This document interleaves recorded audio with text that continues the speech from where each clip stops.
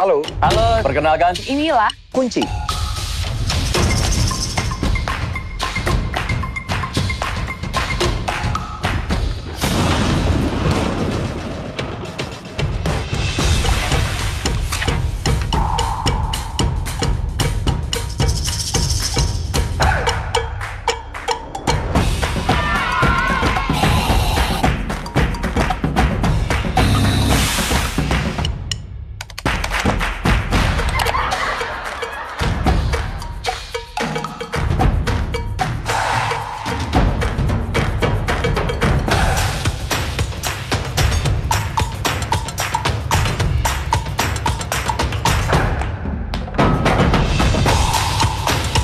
Ini kunci sukses kita.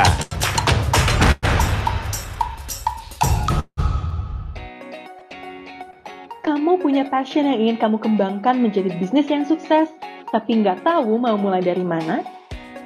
Nggak perlu cari-cari lagi.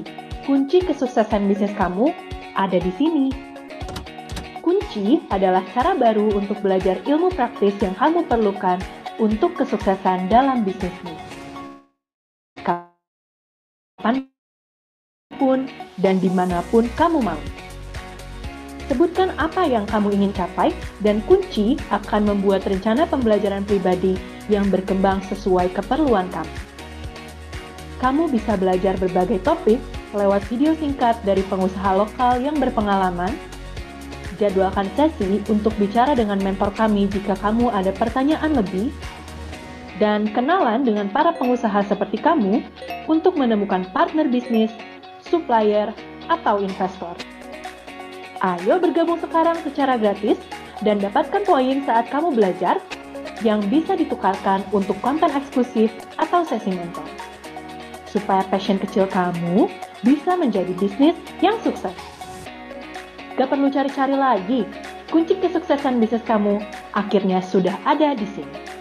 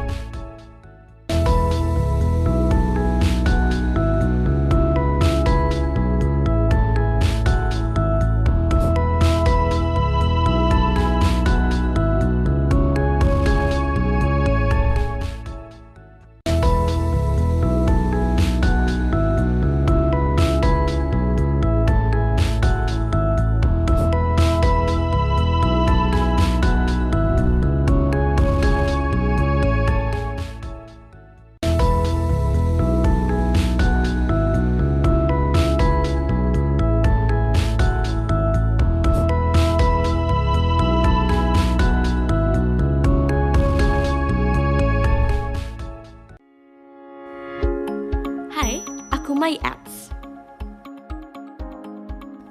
Aku adalah layanan yang bisa membantu kamu untuk membuat dan memantau iklan bisnis kamu secara eksklusif, spesifik, dan terstruktur. Caranya gimana? Dilengkapi dengan berbagai fitur, aku bisa mengirimkan pesan langsung ke pelanggan yang kamu tuju.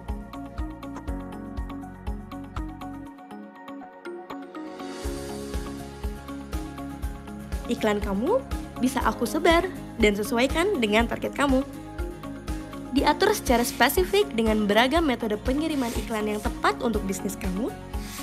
Kayak gini, aku bisa bantu kamu mengirimkan pesan iklan ke pelanggan setia kamu.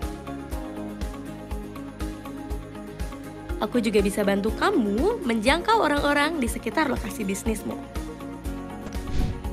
Jadi orang di sekitar bisa langsung datang dan belanja di tempat kamu. Aku bisa bantu. Pesan iklan akan sampai ke orang yang tepat sesuai kebutuhan kamu. Jadi, dari segala usia, hobi, gender, di lokasi manapun dan kapanpun bisa gampang kita tuju.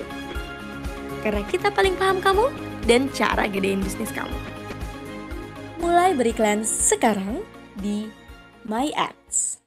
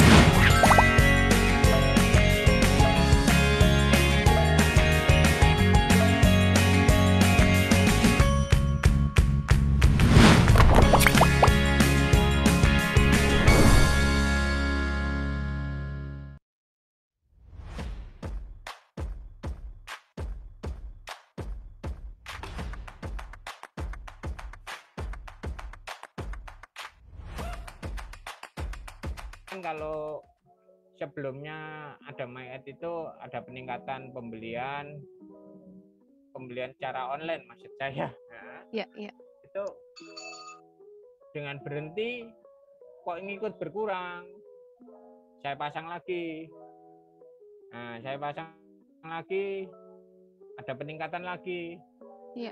Saya berhentiin lagi sampai berkali-kali. Jadi nggak terus langsung, nggak. Saya liatin dari situ. Oh ternyata ada pengaruh gitu loh. Ada promo selebaran atau nempel-nempel itu sangat rugi sekali. Lebih efektif pakai ini SMS. Tapi lebih mudah ya Mbak. Terus kita bisa menentukan titik location yang benar-benar tepat. Misal outlet kita di Klojen.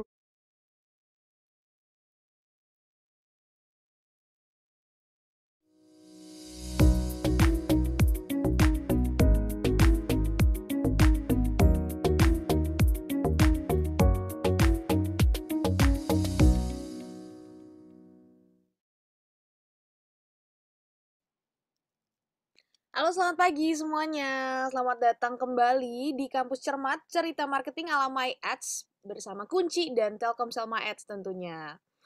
Teman-teman, selamat datang balik nih setelah 2 minggu ya kita nggak bertemu ya. Ketemu lagi sama aku, Kath, dan hari ini kita juga akan memasuki episode terbaru ya. Pembicara terbaru lagi, nanti kita akan kenalan sama dia.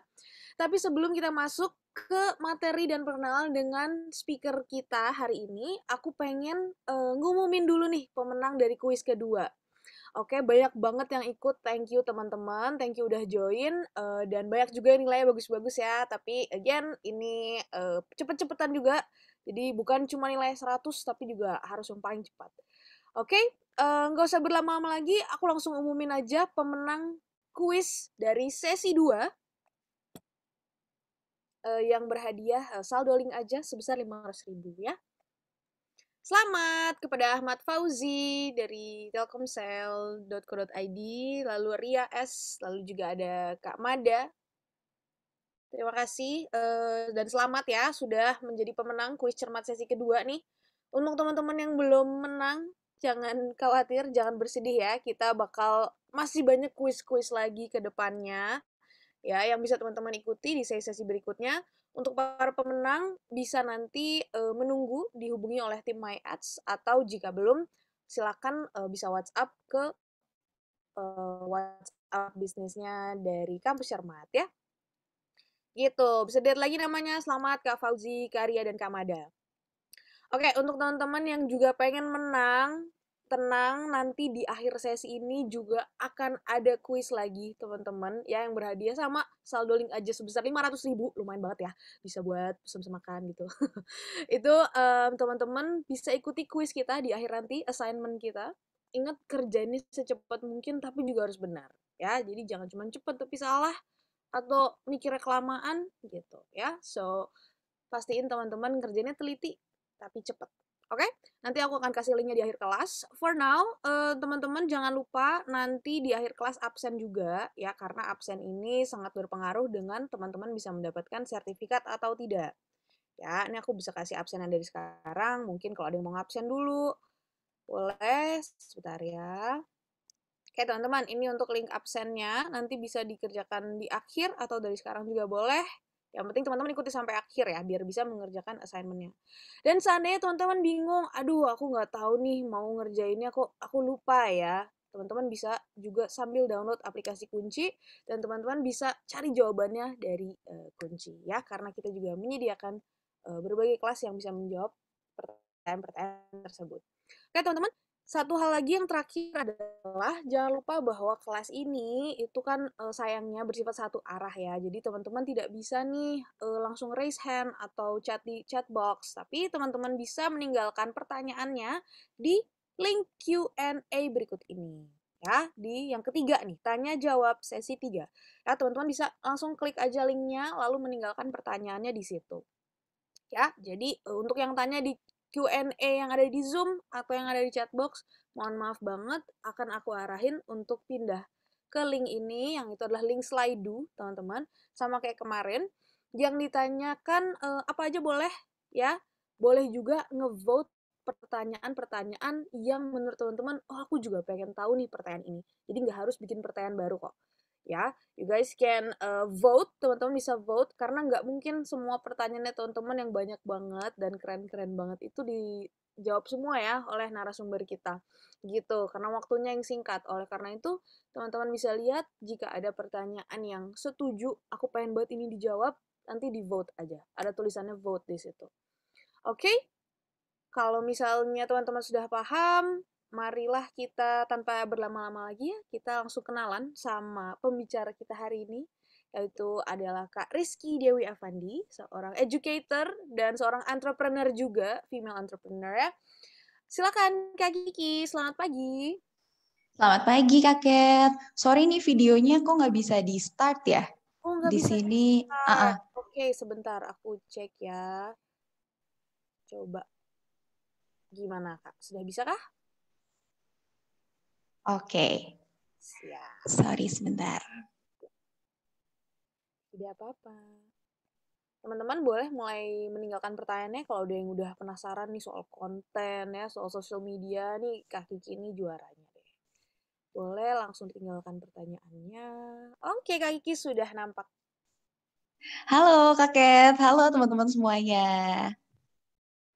Hai Kak. Boleh langsung pemaparannya Kak. Mungkin mau kenalan dulu. Oke deh kalau gitu. Halo semuanya, salam kenal. Nama aku Rizky Dewi Afandi, boleh dipanggil Kiki. Nanti aku akan kenalan sambil presentasi, jadi mungkin kita langsung sambil mulai aja kali Kak Ket ya? Yes, boleh Kak, silakan. Oke.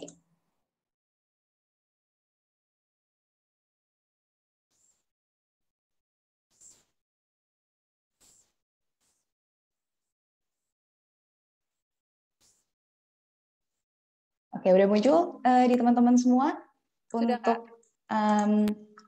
materinya? Udah ya? Oke, kalau gitu aku langsung mulai aja. Bismillahirrahmanirrahim.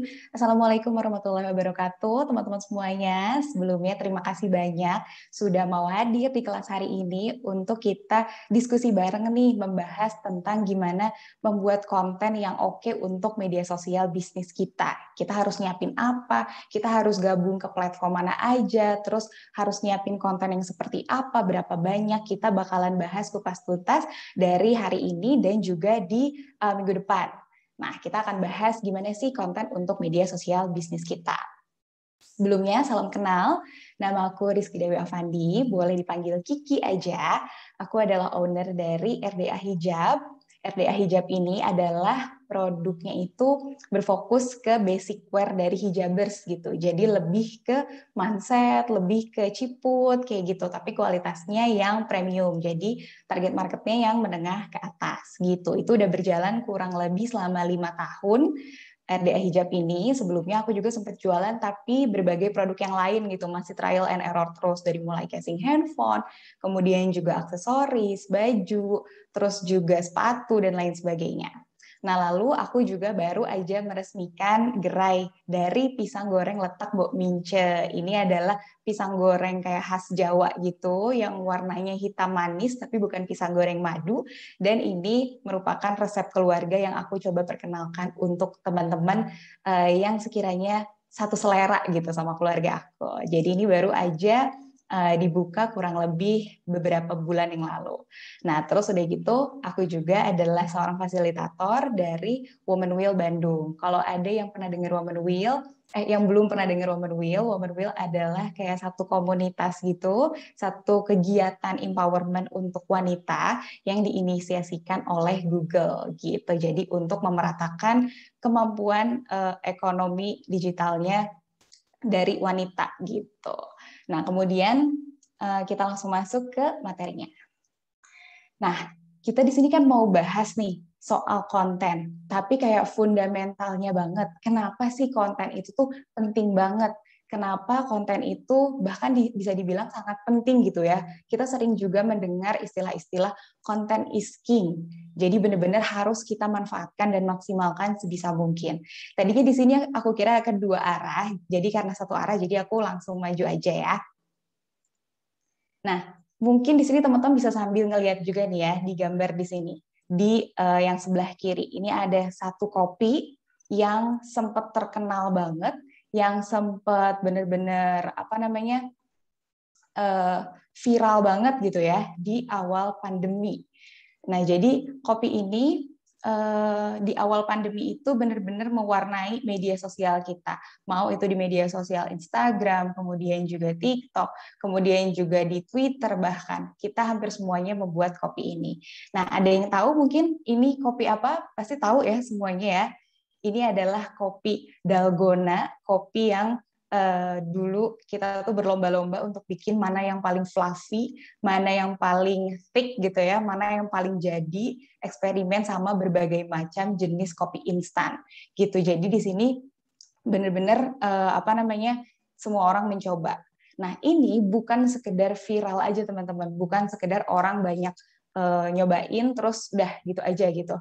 Tapi keviralan si Dalgona Coffee ini membawa tentunya industri kopi ya, jadi naik banget nih teman-teman. Jadi di sini Dalgona Coffee itu tentunya membuat peningkatan penjualan di kopi instan, terutama ada beberapa merek kopi instan yang banyak dibilang kayak cuman sama kopi ini nih bisa jadi Dalgona, kalau yang lain enggak karena ada ampasnya. Mungkin kepikiran juga beberapa merek kopi tertentu ya.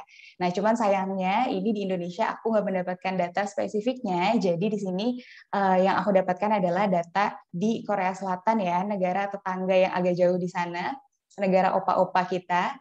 Nah, di sini impor kopinya itu meningkat sebesar 65%, teman-teman. Banyak banget ya. Jadi totalnya itu menjadi 8,5 juta US dollar gitu. Jadi dengan konten yang viral itu, bahkan satu industri ini bukan cuma brand tertentu kena dampaknya. Se-amazing itu power dari sebuah konten. Nah, jadi kalau kita rangkum ke beberapa poin ya teman-teman, kenapa sih konten itu tuh penting, bahkan bisa dibilang sangat penting. Yang pertama, konten ini menjadi sarana untuk mengedukasi. Mengedukasi apa sih? Bisa mengedukasi tentang keunggulan dari produk kita, bisa mengedukasi tentang sejarah dari brand kita, bisa mengedukasi cara penggunaan produk yang baik dari produk kita. Karena banyak sekali kasus gitu ya, di mana brand-brand ini tuh berinovasi, bikin satu produk yang unik, yang belum umum. Tapi karena belum umum ini, cara pemakaiannya juga orang itu belum familiar. Dan karena belum familiar, jadinya mereka pakai tidak dengan cara yang sesuai, akhirnya hasilnya itu nggak maksimal. Dan malah berbalik bumerang jadi komplain. Nah, maka dari itu, menjadikan konten sebagai salah satu sarana untuk edukasi, itu harus sangat dimaksimalkan. Terus ada juga komunikasi. Nah, dari konten ini kita bisa mengkomunikasikan, kita ini brand yang kayak gimana sih? Bahkan sekarang tuh banyak nih ya ceritanya brand-brand itu membuat satu akun, tapi kayak tidak atas nama brand itu langsung. Jadi misalnya dia bikin satu icon sendiri, terus dia kasih nama icon tersebut gitu ya. Terus udah gitu dia mempromosikan brand tersebut dengan icon itu. Jadi sebutlah misalkan iconnya namanya Madinah gitu. Si brandnya ini adalah Madinah Kerudung misalnya. Nah, jadi dia mempersonifikasikan media sosialnya itu menjadi satu orang tertentu. Supaya gimana? Supaya orang itu rasanya lebih dekat untuk berkomunikasi. Karena kalau komunikasinya langsung sama brandnya, kadang-kadang orang itu masih kayak kurang friendly gitu rasanya, kurang mau terbuka. Sedangkan kalau seakan-akan komunikasinya tuh sama orang lagi, dalam tanda kutip, mereka tuh lebih mau untuk berbagi, lebih mudah untuk didekati gitu. Jadi konten sebagai sarana komunikasi ini sangat penting juga. Lalu bisa menjadi sarana untuk meningkatkan visibility-nya kita. Tadi udah terbukti ya dari Dalgona gitu. Dengan adanya Dalgona kita juga jadi nyoba-nyoba ini berbagai macam jenis kopi instan gitu ya, kita nyobain pakai kopi A, kopi B, kopi C, kita juga jadi lihat-lihat brand-brandnya.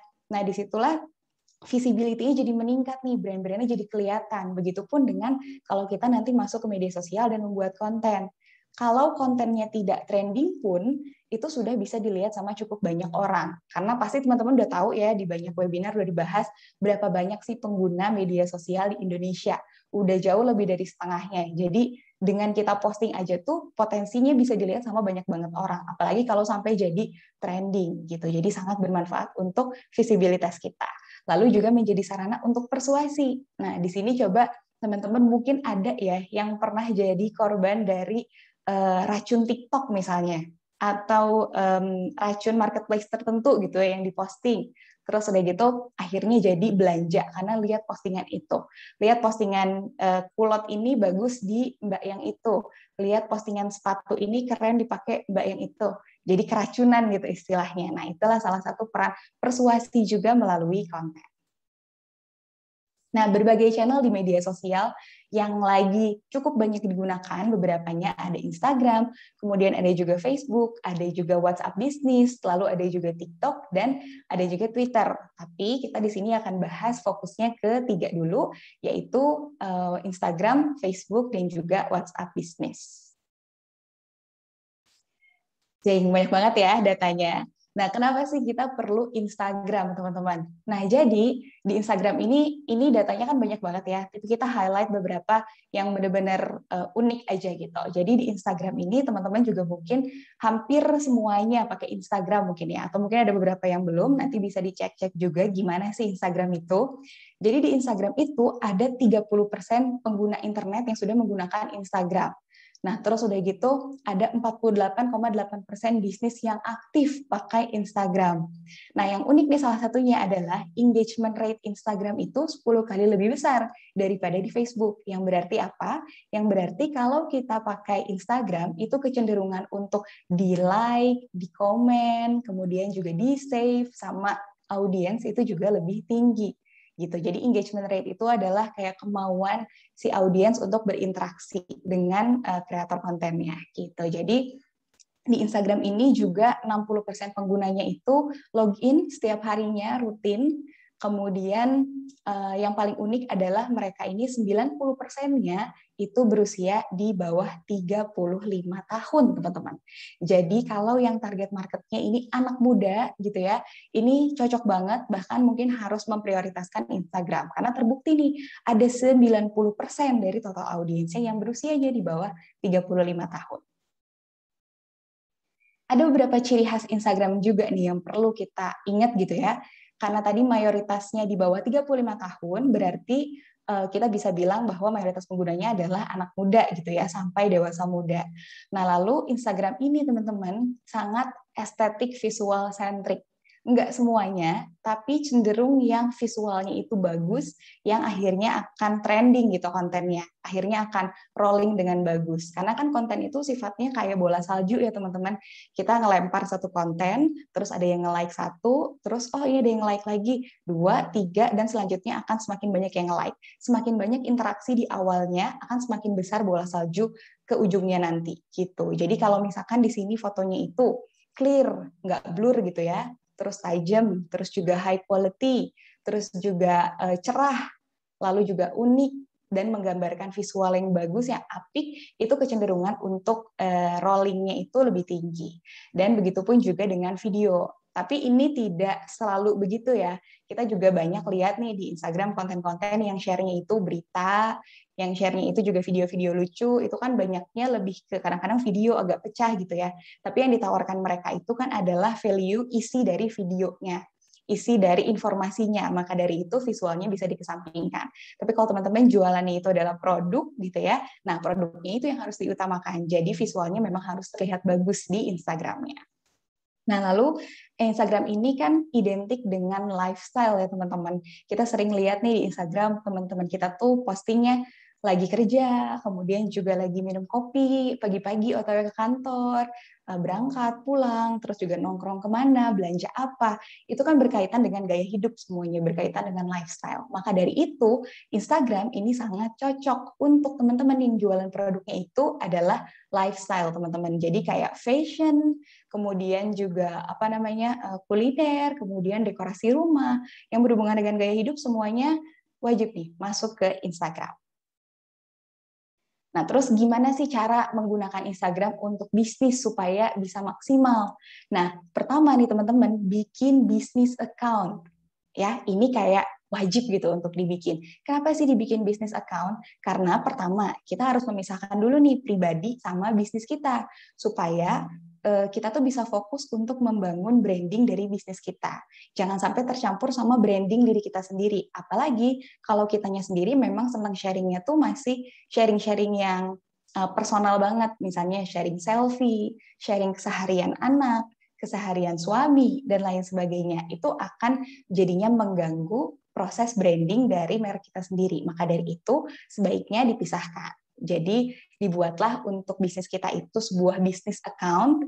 Harus bisnis account ya teman-teman, supaya kita bisa lihat juga insight-nya. Kita bisa lihat nih, ada berapa banyak orang yang lihat, ada berapa banyak yang buka profil kita di satu postingan gitu. Terus udah gitu kita bisa banyak dapat insight-insight lainnya. Jadi harus business account. Terus udah gitu kita bikin strategi konten untuk Instagram. Strateginya ini dibuat berdasarkan keunikannya tadi. Karena di sini banyaknya anak muda, kita di sini harus approach anak muda, berarti pembawaannya harus gimana nih untuk brand kita. Terus optimasi profil Instagram bisnis juga, si alamatnya dilengkapin, website, kontak, terus juga link produk, katalog, semuanya dimasukin, dimaksimalkan, lalu mengembangkan komunitas kita dengan berkomunikasi sama audiens. Nah, kalau kita udah nyiapin semuanya, terus kita juga udah ngeluarin konten-konten nih, kita udah ngajak, gimana nih menurut kamu? Kita udah nanya-nanya pendapat, jangan lupa direspon teman-teman. Supaya apa? Supaya ke depannya nih kita kalau mengajak interaksi lagi, merekanya tuh mau untuk berkomunikasi. Karena kalau di awal kitanya udah kayak enggan untuk merespon, jadinya ke depannya tuh si engagement-nya akan semakin turun karena merasa tidak dianggap gitu. Jadi dari awal kita harus rajin berkomunikasi. Pakai Instagram Story juga, kita bikin polling, bikin Q&A, dan semua hal yang bisa mendekatkan diri dengan audiens. Gitu. Lalu juga set target nih, penting banget teman-teman. Terus evaluasi dan juga kita coba lagi dengan strategi baru. Nah, apa aja sih target yang harus kita lihat? Nanti kita akan bahas di bagian metrik. Nah, sekarang kita masuk ke Facebook. Di Facebook ini juga, ini datanya ada banyak banget, nanti teman-teman juga bisa baca langsung di sini. Kita highlight beberapa yang benar-benar pentingnya gitu ya. Nah, Facebook ini sebenarnya adalah platform nomor 3, teman-teman, terbanyak pengguna aktifnya di Indonesia. Indonesia ini menduduki peringkat ketiga dari seluruh negara sebagai pengguna Facebook terbanyak. Jadi sebenarnya ada banyak banget nih, ada 129,9 juta pengguna aktif. Tapi sayangnya nih teman-teman, Facebook ini tuh engagement rate-nya itu cenderung kecil. Jadi dibandingin Instagram, di sini tuh orang lebih tidak cenderung mau untuk nge-like, komen, kayak gitu-gitu. Tapi Facebook ini cocok banget untuk teman-teman yang audiensnya itu pengennya kebanyakan laki-laki, kemudian juga usianya juga masih cenderung muda, dan bisnisnya itu sistemnya B2B teman-teman, bukan yang B2C. Kalau B2C itu kan misalnya kayak fashion, baju gitu ya, bisa dijual langsung ke customer yang akan menggunakan, itu B2C. Tapi kalau teman-teman di sini jualannya kayak wholesaler gitu ya, dijual untuk penjual lagi. Nah, masuk ke Facebook ini cocok banget karena dilihat dari datanya ada 48,5% di sini bisnis B2B itu menggunakan Facebook untuk riset sebelum membuat keputusan. Nah, beberapa ciri khas Facebook adalah engagement rate-nya itu tadi rendah, cuman sekitar 0,18% aja teman-teman. Di saat platform lain itu bisa sampai kayak ya 2-4% itu masih bisa gitu. Jadi Facebook ini cukup rendah. Jadi kalau misalnya nanti teman-teman dapat like-nya itu cuma sedikit, komennya itu cuma sedikit, itu sebenarnya tidak perlu terlalu dipermasalahkan di Facebook karena memang dari awal engagement rate-nya sudah rendah. Gitu. Lalu cenderung lebih cocok juga untuk bisnis B2B tadi, dan lebih cocok dengan konten yang bercerita. Kalau teman-teman nyadar nih ya, kalau misalnya kita buka Twitter, itu kan kayak ada suggestion untuk kita ngisi tweetnya itu adalah what's happening. Kalau di Twitter ya, Twitter bertanya apa sih yang lagi terjadi hari ini gitu. Mereka kayak ngajak kita untuk curhat, mereka ngajak kita untuk quick update. Tapi kalau di Facebook, itu pertanyaan yang muncul adalah what's on your mind? Jadi kayak mereka meminta kita untuk bercerita, mengemukakan isi pikiran kita, yang mana isi pikiran tuh biasanya kan agak banyak gitu ya, agak lebih padat daripada cuma quick update kayak curhat singkat gitu. Nah, jadi di Facebook ini cocok dengan konten yang sifatnya kayak bercerita. Makanya nih teman-teman ya, salah satu sisi negatifnya juga di saat orang-orang itu banyak yang kayak membuat artikel-artikel palsu, artikel kesehatan palsu, artikel informasi kayak informasi vaksin atau apa yang kemarin-kemarin palsu gitu ya, itu mudah dipercaya sama orang karena memang konten yang kayak bercerita, artikel kayak gitu itu mudah banget untuk dikonsumsi di Facebook gitu. Nah, gimana supaya bisa memaksimalkan Facebook untuk bisnis? Nah, yang pertama adalah kita bikin halaman bisnisnya dulu. Halaman bisnis ini teman-teman juga jadi salah satu syarat untuk kita bisa bikin Instagram Ads nantinya gitu, untuk dihubungkan sama halaman di Facebook ini. Jadi teman-teman wajib untuk bikin. Lalu bikin akun di Business Manager-nya juga, supaya nanti bisa manage ads-nya, bisa manage audiensnya, kemudian datanya, dan lain sebagainya. Lalu bikin strategi konten Facebook-nya harus kayak gimana, sesuai dengan audiens kita dan juga audiens Facebook. Lalu optimasi halaman bisnisnya. Diisi semuanya dari mulai cover, kontennya. Nah, ini kalau teman-teman nanti agak kesulitan gitu ya, karena Facebook dan Instagram kan satu grup juga dari Meta, jadi bisa auto-update aja. Teman-teman misalnya fokusnya, aku mau fokusnya di Instagram aja nih, Kiki. Oh ya, nggak apa-apa juga, nanti tinggal dinyalain auto-update ke Facebooknya, supaya tetap ada yang masuk ke Facebook, walaupun tidak secara unik dibikin untuk Facebook. Seenggaknya nggak kosong gitu. Nah, lalu nanti kita bagikan konten yang berkualitas, terus dikembangkan juga dengan komunikasi, sama seperti tadi di Instagram, dan kita set target, evaluasi, dan juga trial error. Satu lagi nih, adalah WhatsApp Business. Nah, di WhatsApp Business ini, teman-teman, apa sih bedanya sama WhatsApp biasa gitu ya? Kalau teman-teman yang belum tahu WhatsApp Business bedanya apa, jadi WhatsApp Business ini, dia itu spesifik dibikin untuk bisnis, bukan untuk personal, di mana kita bisa menambahkan lebih banyak informasi, teman-teman.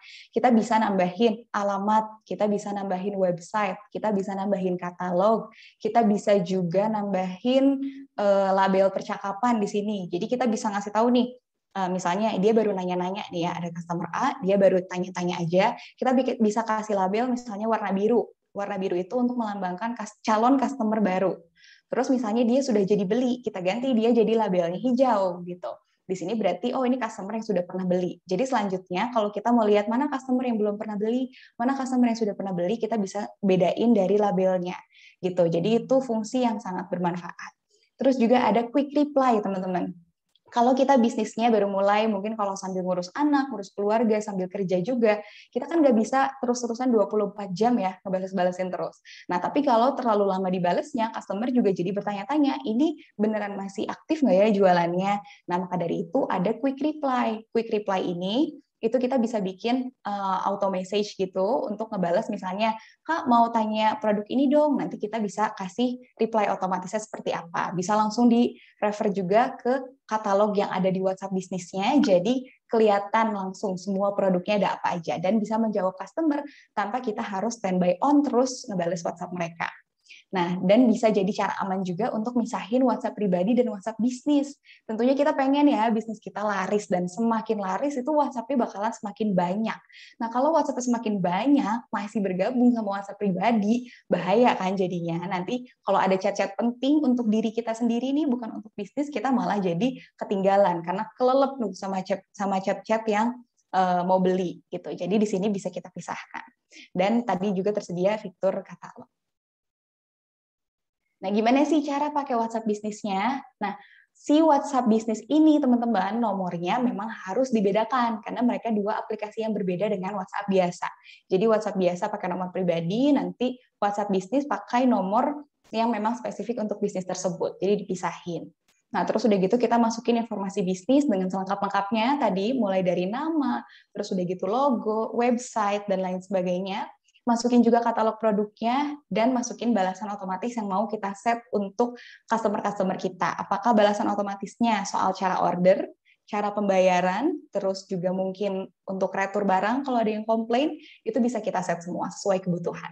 Lalu kita bisa gunakan warna label percakapan untuk mengkategorikan pelanggan, supaya lebih mudah untuk kedepannya. Karena kalau misalnya nih, kita cuma menganggap customer itu hanya customer aja semuanya, kita akan menghilangkan kesempatan untuk bisa nge-guide pembelian selanjutnya mereka gitu. Karena kalau misalkan customer itu kan ada ya tadi yang baru nanya-nanya aja. Kalau yang baru nanya-nanya aja, berarti mereka ini masih butuh dalam tanda kutip dibujuk supaya mau beli. Nah, ada juga customer yang sudah pernah beli terus bilang suka sama barangnya. Nah, berarti mereka cenderung untuk mau beli lagi nih. Mungkin tinggal nunggu promo, mungkin tinggal nunggu diskon, dan lain sebagainya. Terus ada juga yang memang sudah langganan. Kalau sudah langganan, berarti memang mereka sudah suka.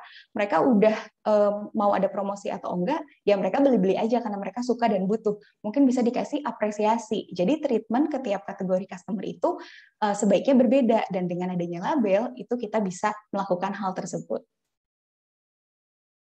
Nah, tadi kita udah bahas soal 3 platform itu. Nah, sekarang kita bahas nih, gimana sih langkah-langkah supaya kita bisa bikin strategi konten yang oke gitu ya. Nah, yang pertama adalah kita tentukan dulu nih teman-teman, target audiensnya. Target audiensnya itu siapa sih, siapa yang akan kita kasih konten ini. Nah, setelah ada target audiens, kita tentukan tujuannya. Tujuan kita bikin media sosial ini mau apa sih? Oke, pasti semuanya tuh maunya penjualan ya. Tapi sebelum ke penjualan itu kan pasti ada perjalanannya dulu. Nah, kita tentukan tujuan itu sekarang lagi mau kemana dulu nih, sebelum akhirnya ke penjualan. Terus amati metrik yang sesuai. Metrik itu kayak angka-angka yang nanti muncul itu untuk kita lihat untuk jadi bahan evaluasi gitu. Nanti akan kita bahas lebih detail. Terus kita juga bikin kalender konten nih teman-teman. Kita bikin apakah kita harus posting setiap hari, apakah kita harus posting seminggu sekali aja atau kayak gimana. Nah, itu kita planning di kalender konten. Nah, pertama nih, tentukan dulu target audiensnya. Target audiens kita siapa sih? Mungkin ada beberapa orang yang kalau ditanya, target audiens kamu siapa? Target audiens aku sih, ya semua orang bisa beli sih produk aku, semua orang bisa pakai. Jadi ya siapa aja lah. Nah, kalau jawabannya masih kayak gitu, berarti belum bisa tergambar nih siapa target audiensnya. Karena kalau memang jualan itu bisa untuk semua orang produknya, untuk apa brand-brand gede gitu ya, bikin shampoo merek yang sama, tapi beda-beda gitu kategorinya. Itu kan berarti ada kebutuhan yang berbeda dari setiap kategori audiens. Maka dari itu dibikin produk yang berbeda-beda. Nah, begitupun sama kita nih. Apalagi kalau kita UMKM, kita harus bisa mengambil market kecil yang tepat sasaran supaya produk kita bisa diterima. Nah, kita coba definisikan dulu mulai yang paling mendasar banget dari usianya. Kira-kira usia berapakah yang kita targetin nih? Apakah usia anak muda? Berarti oke, cocok ada di Instagram. Apakah usianya itu cenderung dewasa yang lagi cari penghasilan, jadi butuh untuk jualan lagi, berarti masuk Facebook karena kita ngejarnya B2B, atau usia berapa? Nah, kalau range usianya itu terlalu luas misalnya, ada range usia 20 tahun, terus ujungnya sampai 55 tahun misalnya. Nah, itu kan terlalu jauh teman-teman ya, usia 20 tahun sampai ke 55 tahun itu mencakup ada lebih dari 2 kategori bahkan. Ada yang dewasa muda, ada yang dewasa, sama ada yang udah dewasa tua gitu. Jadi terlalu banyak kategori di situ. Makanya kita harus definisikan lagi dengan lebih kecil. Oh, berarti kategorinya misalnya ada 20 sampai 30 tahun, terus ada lagi 31 sampai 40, terus ada lagi 51 sampai 50. Kita juga bisa menspesifikkan nih produk yang mana untuk usia yang mana supaya lebih sesuai promosinya. Kalau misalkan udah usianya cenderung dewasa menuju dewasa tua gitu ya, terus kita kasih iklan, misalnya jualannya baju renang, kasih iklannya itu iklannya bikini, mungkin akhirnya nggak akan nyambung gitu, karena mereka udah melewati masa-masa ingin pakai bikininya, udah selesai. Nah, jadi di situ udah nggak sesuai lagi nih. Nah, terus udah gitu, kita juga bisa mendefinisikan di sini tinggal di mana mereka. Apakah mereka tinggalnya itu di kota-kota besar, di Pulau Jawa, apakah di luar Pulau Jawa? Mau fokus di mana nih? Nah, itu bisa kita definisikan juga di situ. Apakah tinggalnya di Jakarta, Jabodetabek, apakah di Bandung aja, disesuaikan. Kalau kuliner mungkin biasanya lebih kecil cakupannya, karena terpaut dengan di mana cabang lokasi mereka. Tapi kalau misalkan fashion atau yang lain gitu yang bisa dikirim pakai ekspedisi, itu biasanya lebih lebih mudah untuk menjangkau lebih dari satu lokasi gitu. Nah, terus siapa juga yang pernah jadi customer sebelumnya? Nah, ini teman-teman penting banget. Kalau teman-teman udah pernah ada pembelian sebelumnya nih di tokonya teman-teman, itu penting untuk dicatat siapa yang beli, nomor teleponnya, kemudian juga alamatnya, kalau misalkan bisa, sama produk apa aja yang mereka beli. Gitu. Terus udah gitu mereka total belanjanya itu berapa. Nah, data-data ini perlu banget kita kumpulin nih teman-teman. Untuk apa? Ini tuh bisa jadi kayak acuan ke depannya nih, terutama untuk kita nanti ngiklan juga. Karena kalau kita ngiklan, kita bisa pakai informasi nomor telepon ini untuk mencari audiens yang mirip dengan yang sudah pernah beli. Gitu. Jadi kita nggak usah lagi mendefinisikan yang pernah beli, nggak usah kita tanya, Mbak ini kerjaannya apa ya pas lagi beli di saya? Terus Mbak ini tinggalnya di mana ya pas lagi beli produk saya? Nah, kita nggak harus tuh untuk nanya-nanya informasi itu, tapi kita bisa langsung ngasih nomor telepon ke tempat iklannya, terus udah gitu kita bisa langsung minta audiens yang mirip gitu. Jadi itu sangat amat penting. Terus dengan kita punya data soal siapa yang pernah beli sebelumnya, kita bisa jadi mendefinisikan lebih tajam nih, kira-kira yang mirip-mirip atau yang kategorinya relate sama customer yang pernah beli sebelumnya itu yang gimana. Misalnya di RDA Hijab itu yang pernah beli sebelumnya itu kebanyakan adalah usia dewasa gitu ya, sudah di atas 25 tahun, kemudian juga tinggalnya itu di Jabodetabek. Oke, berarti kalau misalnya aku mau menambah target audiens, mungkin aku bisa mencoba dengan usia yang sama kategorinya, tapi kita geser lokasi kotanya. Tadi Jabodetabek udah di situ cukup banyak, kita coba sekarang targetin yang Bandung, atau kita coba targetin di Surabaya, atau di Semarang. Jadi kita targetin di kota besar juga, terus udah gitu dengan kategori umur yang sama. Karena apa? Karena data pembelian sebelumnya menunjukkan demikian yang berlaku di Jabodetabek. Jadi kita bisa mencoba strategi selanjutnya ke kota besar lainnya, kayak gitu. Nah, lalu apa nih pekerjaannya? Ini memang agak tricky ya, apa pekerjaannya. Tapi teman-teman mungkin bisa sedikit menggunakan skill untuk kepo-keponya gitu ya. Jadi kalau misalkan ada customer beli, terus udah gitu nge-tag kita di Instagram misalnya, kita bisa lihat profilnya, kira-kira keseharian dia gimana. Mungkin dari situ kita juga bisa tahu pekerjaannya apa, kurang lebih. Nah, jadi dari situ kita bisa mendefinisikan, oh berarti salah satu pembelinya RDA Hijab misalnya ada yang karyawan bank nih, ada yang manajer, ada yang kayak gimana, dan lifestyle seperti apa, itu bisa didefinisikan. Nah, jadi itu salah satu yang bisa kita lakukan untuk menentukan target audiens. Nah, lalu setelah itu, kita tentukan tujuan juga nih, teman-teman. Tujuan kita tuh mau ngapain nih? Tentunya kita mau jualan ya, pengen ada cuan, pengen ada penjualan. Tapi sebelum itu, tentunya kita harus ada langkah-langkahnya dulu. Kan tak kenal maka tak sayang ya, tak kenal maka tak beli juga. Jadi percuma nih, teman-teman, kalau ngasih iklan, langsung promosi, diskon 50%, gede banget gitu ya, warna merah diiklanin. Tapi ke orang yang belum pernah dengar kita sama sekali, kecenderungan mereka untuk mampir ngelihat barang diskon itu jadinya kecil. Karena bahkan mereka nggak kenal, mereka nggak tahu kita siapa. Jadi dikasih diskon juga nggak peduli, orang saya nggak tahu kok kamu siapa. Nah, maka dari itu kita harus mulai dari kenalan, ngebujuk, baru akhirnya mereka mau beli. Gitu. Nah, jadi kita tentukan tujuan yang pertama dulu. Apakah kita mau memperkenalkan merek kita kalau kita baru mulai? Atau kita mau meningkatkan kunjungan ke toko kita? Udah cukup stabil sekarang, tapi lagi stagnan, jadi harus ditambah nih kunjungannya.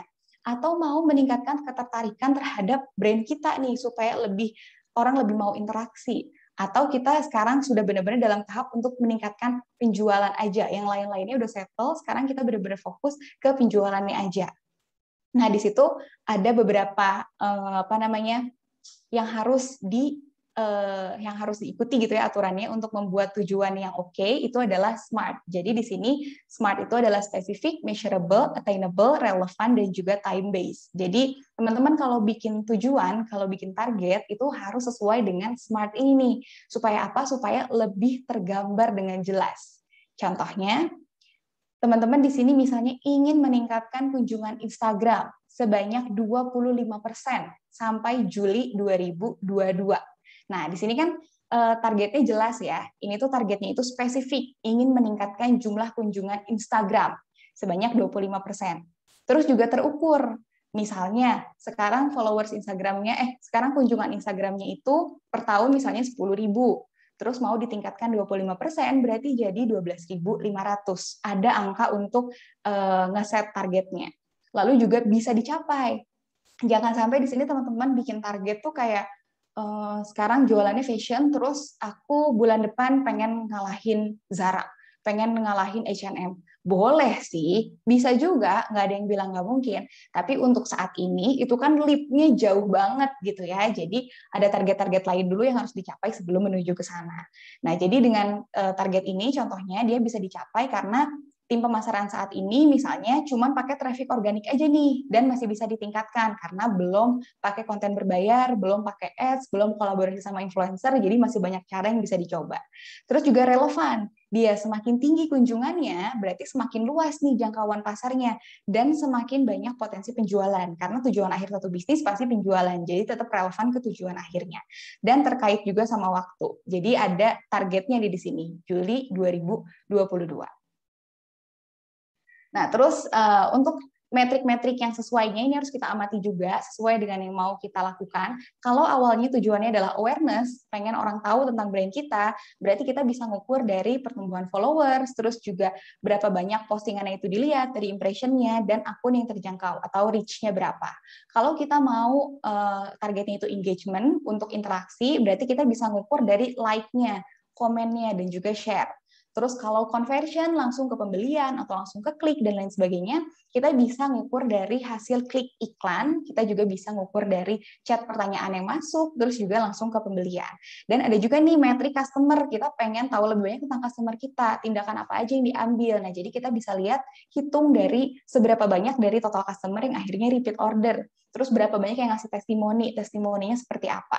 Nah, ini tuh penting banget untuk kita fokuskan, karena kalau kita ngelihat semua metriknya sekaligus, kita masuk sosial media, semua metriknya itu mau dibaca langsung, itu jadinya akan bikin kita hilang fokus, dan malah kesulitan untuk menganalisa situasi yang terjadi saat itu.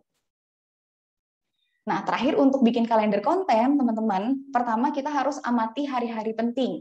Ini supaya menjaga mereknya itu tetap relevan. Misalnya ada hari ibu, hari Kartini, hari konsumen, gitu-gitu, kita tetap setidaknya merilis ucapan supaya tetap relevan. Terus udah gitu juga mengamati celah untuk membuat campaign. Ini akan mempermudah kita untuk bikin campaign atau konten dengan tema-tema yang ada. Misalnya temanya lagi lebaran nanti kan. Nah, kita bisa bikin campaign Ramadan. Jadi di awal kita udah siapin produknya itu spesifik untuk kegiatan ibadah misalnya, atau untuk kegiatan kumpul-kumpul, atau untuk nanti foto bareng keluarga. Terus tema-tema warnanya juga udah bisa kita sesuaikan dengan Ramadan. Jadi dengan adanya hari-hari penting, adanya penanda di hari-hari penting, kita bisa jadi tahu campaign apa yang perlu kita buat. Terus tentukan juga jadwal postingannya itu yang sesuai. Nah, sesuaikan dengan insight media sosial bisnis kita. Misalnya, insight-nya ini ramenya itu adalah di sore. Terus kita cuma bisa posting sehari sekali. Ya udah, kita postingnya berarti di jam sore aja yang lagi rame. Memang umumnya jam ramainya itu di jam 5 ke atas, sampai jam 9-an kurang lebih. Terus jangan jualan terus juga teman-teman, kalau misalkan bikin konten gitu ya, harus ada konten-konten sampingannya yang berupa edukasi atau hiburan supaya orang nggak jenuh dijejelin sama jualan terus. Jadi diselang-seling aja, quotes juga boleh, terus ngebahas kayak drama atau film yang lagi hype juga boleh banget. Terus udah gitu posting dengan rajin dan juga konsisten teman-teman, dalam 1 minggu itu sebaiknya minimal ada 4 kali posting lah gitu. Jadi supaya tetap kelihatan hidup. Karena kan kadang-kadang kalau kita buka profil media sosial satu bisnis, terus ngelihat postingan terakhirnya itu kayak November 2021. Wah, sekarang udah 2022 nih, kita jadi kayak bertanya-tanya, ini masih jualan nggak ya? Atau jangan-jangan ini nipu nggak ya? Gitu, supaya customer nggak bertanya-tanya. Lalu kualitas lebih baik daripada kuantitas, teman-teman. Jadi daripada ngejar posting yang banyak tiap hari sampai 7 kali posting gitu, tapi postingannya cuma foto produk pakai handphone gitu aja dan juga gelap dan juga pecah, mendingan kita postingnya itu 4 kali aja dalam 1 minggu, tapi udah benar-benar diedit yang bagus, pencahayaannya bagus, menyampaikan message yang tepat ke audiens, ke customer kita. Nah, ini ada beberapa kalender konten, beberapa alat untuk membuat kalender konten yang bisa digunakan. Ada Trello, ada Notion, ada Google Calendar, ada Google Spreadsheet, bisa juga langsung pakai Excel. Nah, teman-teman yang pengen tahu nanti bisa langsung googling aja nama-nama aplikasi ini satu-satu. Nanti kita jadi bisa tahu nih, kalau kita bikin kalender konten, jadinya kita nggak keburu-buru, hari ini harus posting apa ya, karena kita udah nge-planning dulu dari sebelumnya. Kita juga bisa lihat, kira-kira kontennya ini udah terlalu padat nggak ya, atau mungkin perlu dilonggarin sedikit, atau masih terlalu kosong dan perlu ditambahin lagi. Dengan adanya kalender konten itu sangat membantu untuk kita planning. Nah, berbagai detail yang bisa kita tambahkan di dalam kalender kontennya, kalau di sini kan yang dilihat teman-teman mungkin cuman topik, terus juga platformnya, dan juga harinya. Nah, bisa ditambahin juga sama deadline, ini harus selesai kapan, harus diposting jam berapa, terus juga jam postingnya, terus link untuk file dan juga captionnya bisa langsung di-attach di kalendernya. Jadi bisa gampang untuk dilihat. Ada beberapa tips and trick juga nih teman-teman untuk bisa membuat konten yang oke gitu ya dan berkomunikasi sama konsumen. Yang pertama, kita harus bisa memahami nih teman-teman, gimana sih produk atau merek kita itu bisa ngebantu konsumen. Seberapa bisa membantukah kita, dari segi manakah? Apakah produk kita ini bikin konsumen kita itu lebih sehat, atau bikin konsumen itu lebih cantik, atau bikin konsumen itu lebih percaya diri, atau punya lebih banyak waktu. Nah, dengan kita bisa memahami value apa yang kita berikan ke konsumen, itu akan lebih mudah juga untuk kita bikin konten. Misalnya ya, kalau di Gojek gitu ya, Gojek ini kan dia value-nya adalah memberikan orang lebih banyak waktu. Karena tadinya kita kalau mau ngambil barang itu harus pergi dulu, ngambil barangnya, terus pulang lagi. Waktu di jalan itu jadi termakan, padahal tadinya bisa untuk kerja atau bisa untuk ngumpul sama keluarga aja gitu. Nah, dengan bisa memberikan lebih banyak waktu, jadinya kita bisa kumpul lebih lama sama keluarga. Nah, hal itulah yang dijadikan konten sama Gojeknya. Terus udah gitu juga kita jadinya tinggal diem di rumah aja bisa terima semuanya. Nah, itu juga yang dijadiin konten. Nah, jadi dengan kita paham value apa yang kita berikan, kita bisa lebih mudah memvisualkan kita mau posting apa. Nggak sekedar posting produknya aja. Karena sebenarnya yang dilihat sama konsumen itu adalah seberapa bermanfaatkah produk itu untuk mereka. Bukan produknya sendiri itu kayak gimana fitur-fiturnya gitu, tapi langsung ke manfaatnya. Nah, terus pahami juga apa sih yang menghalangi konsumen untuk bisa beli produk kita. Apakah aksesnya, atau misalnya harganya, atau stoknya. Nah, dengan ini juga kita bisa menjawab keraguan konsumen melalui konten kita. Lalu gimana posisi konsumen saat ini? Apakah mereka tuh baru kenalan sama kita? Apakah mereka sedang mempertimbangkan untuk beli?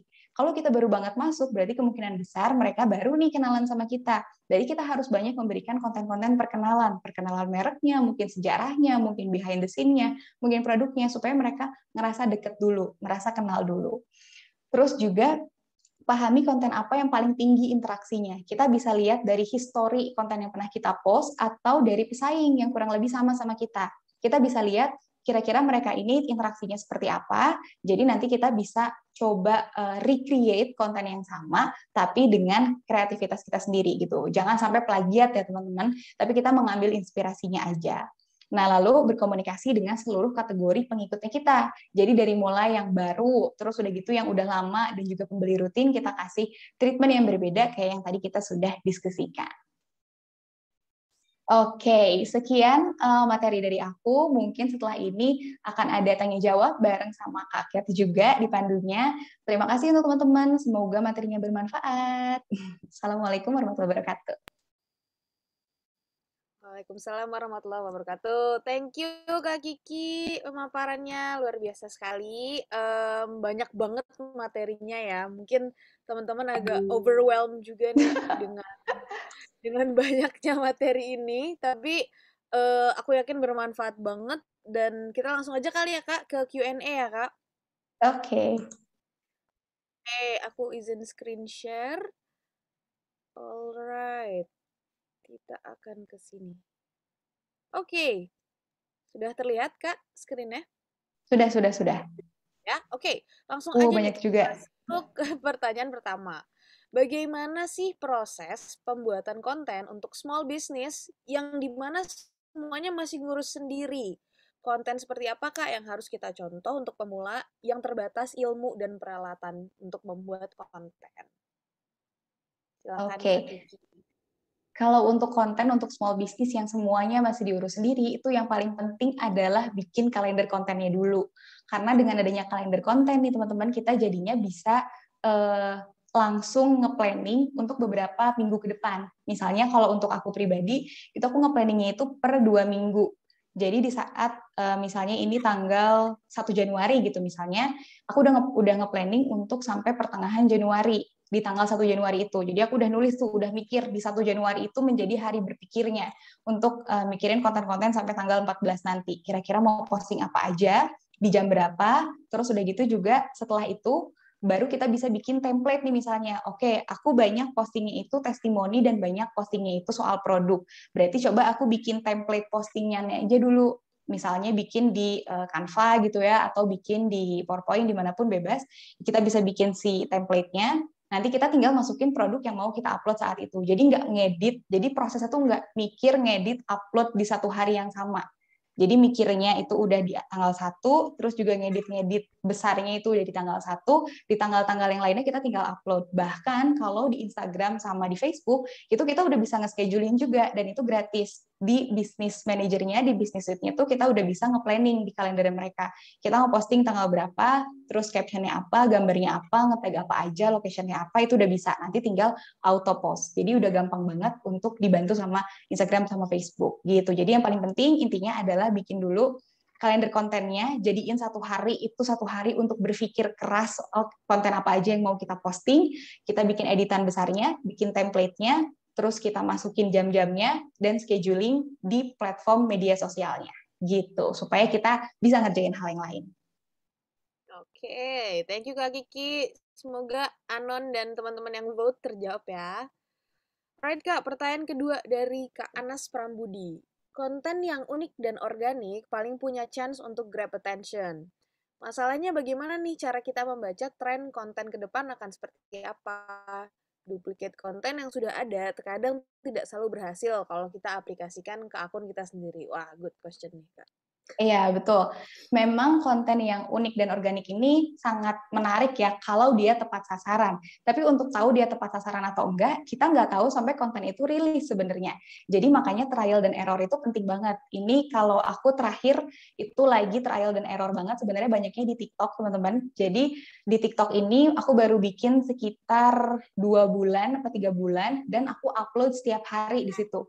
Jadi benar-benar mencoba segala macam konten organik yang bisa aku buat gitu ya, dari mulai tren yang baru lewat atau tren yang lagi banyak lewat di FYP-nya, itu semuanya aku coba buat. Nah dari situ baru akhirnya kelihatan tuh untuk di brand aku mana yang benar-benar paling berpengaruh. Ternyata yang paling berpengaruh adalah edukasi, terus durasinya juga nggak boleh lebih dari 10 detik. Terus udah gitu juga tetap menampilkan produknya, karena kalau cuma lucu-lucuan doang, ternyata di brand aku itu malah nggak ngaruh, dan beberapa insight lainnya. Nah, jadi supaya kita tahu konten mana yang cocok sama kita memang harus nyoba dulu gitu. Dan bahkan kadang-kadang konten yang works untuk brand fashion di akun A, dan kita coba dan kita sesama brand fashion, itu bisa nggak works juga di kita.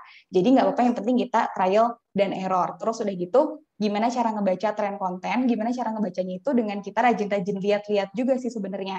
Jadi kalau aku tiap hari memang mendedikasikan satu waktu itu untuk lihat-lihat akun kompetitor, terus juga lihat-lihat trending di Instagram, di explore-nya, terus juga trending Twitter, terus juga trending di TikTok untuk ngelihat kira-kira topik apa sih yang lagi rame dibahas dan apakah bisa jump in atau enggak. Karena kan nggak semua trending topik itu kita bisa jump in sebagai brand gitu.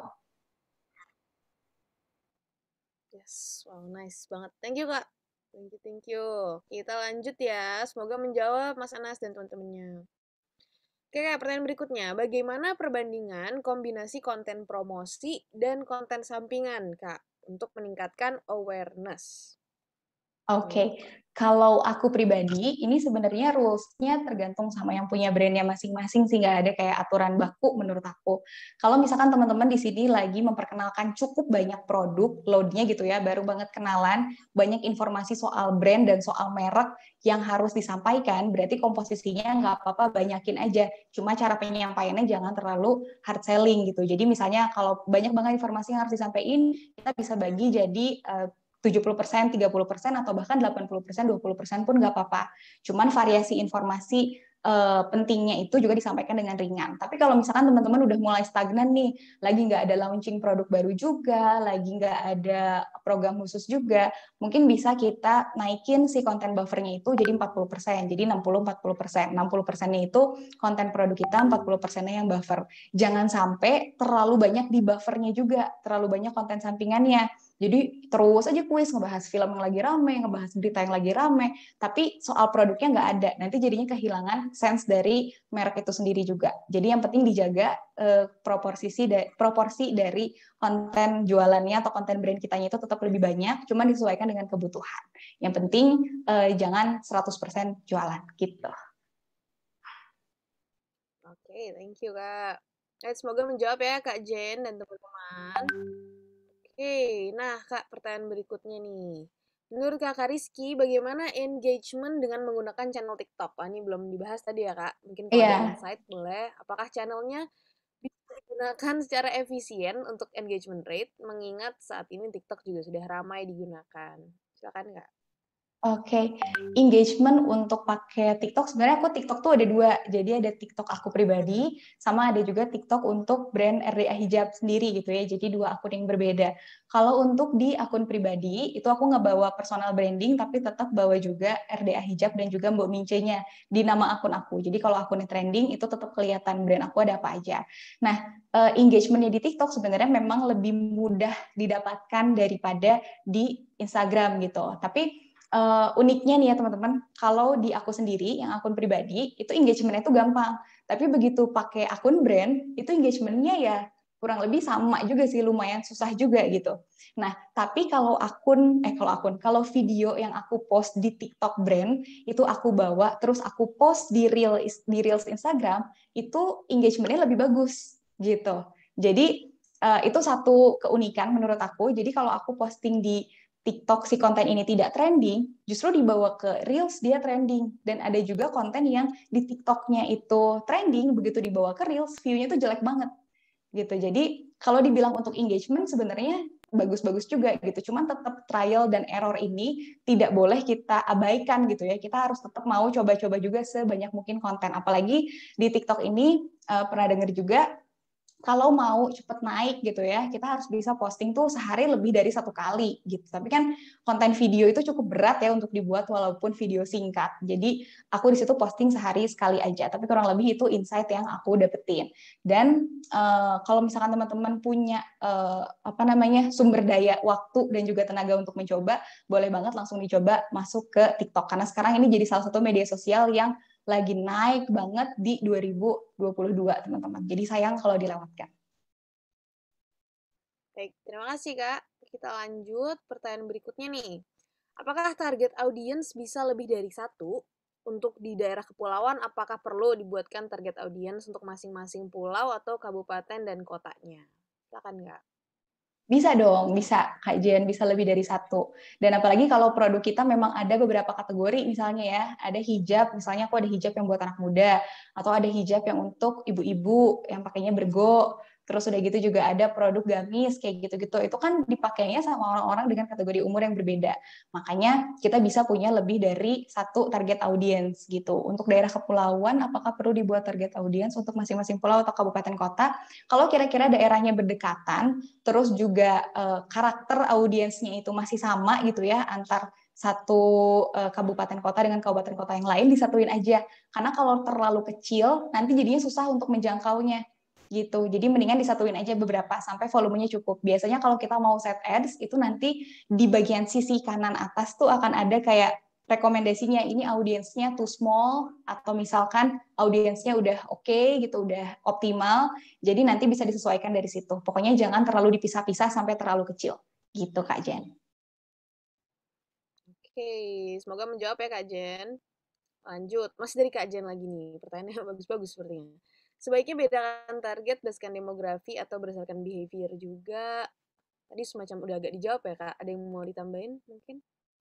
Iya, tadi udah sempat kejawab juga. Jadi berdasarkan behavior juga bisa, berdasarkan demografi juga bisa. Jadi lebih baik kalau bisa digabung. Cuman kalau akhirnya itu merepotkan dan yang satu tidak terlalu berpengaruh misalnya ya. Jadi misalnya Jabodetabek, terus udah gitu behaviornya yang satu yang spendingnya itu maksimal, yang satunya lagi yang lebih irit-irit. Berarti kan yang lebih unik itu adalah tipe spendingnya mereka dibandingkan areanya mereka. Areanya Jabodetabek udah sering dianggap jadi satu. Berarti si Jabodetabek ini nggak usah dipisah-pisah lagi, langsung aja dari behaviornya gitu. Oke, thank you Kak. Oke, Kak Jen semoga menjawab. Oke. Kak, tadi kan Kakak sempat bilang quality over quantity ya dalam buat konten. Sementara di lecturer kemarin teman-teman ini di-encourage untuk udah yang penting nge-post aja dulu gitu, quantity over quality. Nah, jadi menurut Kakak sebenarnya gimana ya perspektifnya kalau dua itu? Ini memang subjektif sih ya, tergantung. Tapi kalau aku sih lebih mementingkan quality over quantity karena contohnya mungkin salah satu YouTuber yang teman-teman tahu, mungkin ada Agung Hapsah, pernah dengar? Mungkin ada beberapa pernah dengar Agung Hapsah ya, kalau nggak boleh dilihat juga. Agung Hapsah ini kontennya itu jarang, tapi dia itu selalu memberikan kualitas dalam kontennya. Jadi begitu dia posting, orang-orang tuh nunggu gitu. Orang-orang tuh bener-bener ngelihat kontennya, bener-bener menunggu-nunggu dan nonton, dan view-nya tuh gede-gede gitu. Jadi karena dia selalu memberikan kualitas itu. Jadi kalau aku sih lebih berpegangnya itu ke quality over quantity. Karena kalau misalkan terlalu sering tapi kontennya itu jelek, aku udah merasakan sendiri kehilangan followersnya itu cukup banyak, engagementnya juga terjun bebas, dan juga ke penjualan akhirnya juga jadi kurang bagus gitu. Karena orang malah cenderung apa sih ini nyampah, posting terus, jadi unfollow. Kecuali kalau sudah punya komposisi yang pas nih teman-teman. Kalau udah punya komposisi yang pas, standar kontennya nggak yang jelek juga, tapi juga nggak yang high quality banget gitu, udah ada pasnya gimana, terus teman-teman pengen sering posting, nah itu nggak apa-apa. Kalau menurut aku sih gitu, tapi ini memang subjektif. Sip, thank you Kak Kiki. Semoga sudah terluruskan ya teman-teman. Oke, nah ini mungkin pertanyaan yang ditunggu-tunggu juga Kak. Tadi kan udah disaranin untuk bikin kalender konten. Nah sekarang gimana caranya buat kalender konten yang efektif dan gimana cara kita review kalender tersebut? Oke, gimana caranya bikin yang efektif itu, kalau kita baru mulai banget, kita belum bisa langsung tahu nih, apakah konten kalender ini akan efektif atau enggak. Jadi, kalau menurut aku itu baru bisa benar-benar dilihat setelah beberapa kali kita posting gitu ya, untuk tahu keefektifannya. Jadi, yang penting setelah kita bikin konten kalender, kita posting sesuai konten kalender itu. Jangan molor, jangan males, jangan di-skip. Terus setelah itu kita review dengan lihat insight-nya. Kan kita udah daftarin akun kita, akun-akun bisnis kan tadi di semua media sosial. Kita bisa lihat insight-nya. Nah, kita tulis tuh semuanya di Excel, di spreadsheet terserah, kita tulis like-nya itu berapa. Misalnya tipe konten A, tipe konten interaksi. Likes-nya ada 50, komennya misalnya ada 2. Terus udah gitu yang nge-save misalnya ada 3. Terus kita juga tulis yang selanjutnya konten promosi produk, like-nya berapa, komennya berapa, dan seterusnya. Nah, dari situ nanti kita bisa lihat, oh ternyata yang paling perform adalah konten promosi dan juga edukasi misalnya. Hiburan ternyata nggak terlalu bagus, bahkan jomplang banget. Oke, berarti di kalender selanjutnya hiburan bisa kita kecilin proporsinya atau kita hilangkan sekalian. Kayak gitu. Jadi kita bisa membuat kalender kontennya itu lebih efektif dari waktu ke waktu dengan kita mereview data-data yang ada. Jadi benar-benar dimasukin ke Excel terus disorting, mau pakai pivot kayak mau pakai apa segala macam, pokoknya kita bisa ngelihat mana yang paling banyak dibanding yang lain interaksinya gitu supaya kedepannya makin efektif. Oke, Kak Kiki, thank you so much. Teman-teman sayang banget di jam 11, jadi nggak semua pertanyaan bisa kita jawab. Semoga pertanyaan-pertanyaan yang tadi sudah sempat dijawab sama Kak Kiki dan tentunya pemaparannya bisa bermanfaat buat teman-teman. Kak Kiki, terima kasih. Kak, kita masih ketemu lagi sepertinya ya minggu depan ya. Iya. Oke, kita akan lanjut. Kira-kira boleh kasih sneak peek sedikit Kak, kira-kira minggu depan kita membahas apa nih? Oke, untuk di minggu depan kita akan bahas sesuai sama pertanyaan teman-teman juga nih. Tadi kan banyak yang gimana cara bikin konten kalendernya itu lebih efektif, kontennya itu juga lebih tepat sasaran, lebih dimaksimalin. Itu bakalan kita bahas di minggu depan. Jadi teman-teman jangan lupa gabung, nanti kita diskusi lebih seru dan mungkin lebih panas lagi gitu dibanding hari ini. Gitu. Yay, thank you Kak, thank you so much. Oke, teman-teman, karena kelas kita sudah berakhir, jangan lupa untuk cepet-cepetan dan teliti-telitian ngerjain assignment. Oke, ini udah aku post di chat box. Semoga kalau teman-teman merhatiin tadi dengan sangat seksama ya pemaparan dari Kak Kiki, harusnya bisa mengerjakan assignment dengan sangat baik, teman-teman ya. Jikalau teman-teman bingung, tenang, semuanya ada di aplikasi kunci juga, teman-teman bisa cari jawabannya di sana ya. Alright teman-teman, jangan lupa absen. Ini semua link akan aku kasih lagi di grup kita, jadi teman-teman bisa lihat lagi linknya kalau misalnya sekarang belum sempat. And I will see you guys next week. Bye, sampai jumpa. Bye, terima kasih banyak teman-teman.